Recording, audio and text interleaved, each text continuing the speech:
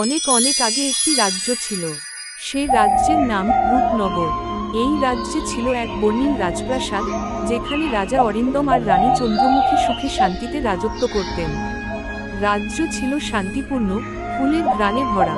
কিন্তু একদিন হঠাৎ করেই রানী চন্দ্রমুখীর মন খারাপ হয়ে যায়। কেউ কিছু বুঝে উঠতে পারছিল না। তিনি একা পুকুর পাড়ে বসে দূরের জলে পাথরের মতো স্থির হয়ে চেয়ে থাকেন। রাজা অরিন্দম খবর পেয়ে নিজেই এলেন রানীর কাছে।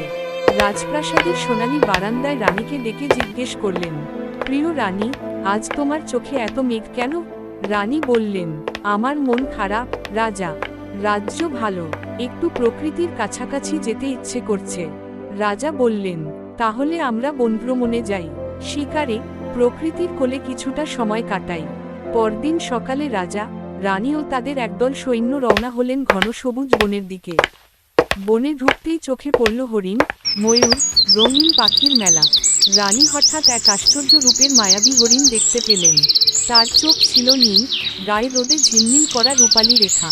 রানীর মন সেই হরিণের প্রতি এমন আকৃষ্ট হল যে তিনি রাজাকে বললেন, ওই হরিণটিকে চাই রাজা, ও যেন আমার মনের শূন্যতা ভরে দিতে পারে। রাজা আদেশ দিলেন তার প্রধান সৈন্যকে, হরিণটি আমাদের দরবারে চাই।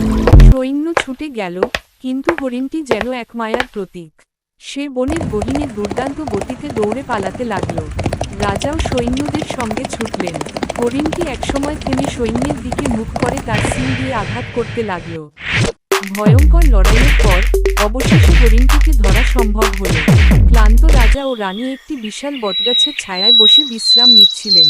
ঠিক তখনই গোধূলির আলোয় বনের একদল ডাকাত তাদের ঘিরে ফেলল। ডাকাতরা চিৎকার করে বলল, রাজাকে বন্দি করো, রাজ্যের ধন আমাদের চাই। কিন্তু রাজা অরিন্দমের সৈন্যরা ততক্ষণে প্রস্তুত। এক ভয়াবহ যুদ্ধ শুরু হল। শেষমেশ রাজা ও তার সৈন্যরা জয়ী হল। ডাকাতরা পালিয়ে গেল। রানী ভয় পেয়ে রাজাকে জড়িয়ে ধরলেন। রাজা বললেন, ভয় পেও না রানীমা, আমি আছি। এই অভিযান তোমার মুখে আবার হাসি ফিরিয়েছে, সেটাই সবচেয়ে বড় জয়। আর অবশেষে তারা রাজ্যের দিকে ফিরে গেল। সবকিছু আবার আগের মতো ঠিক হয়ে গেল। ধন্যবাদ সকলকে।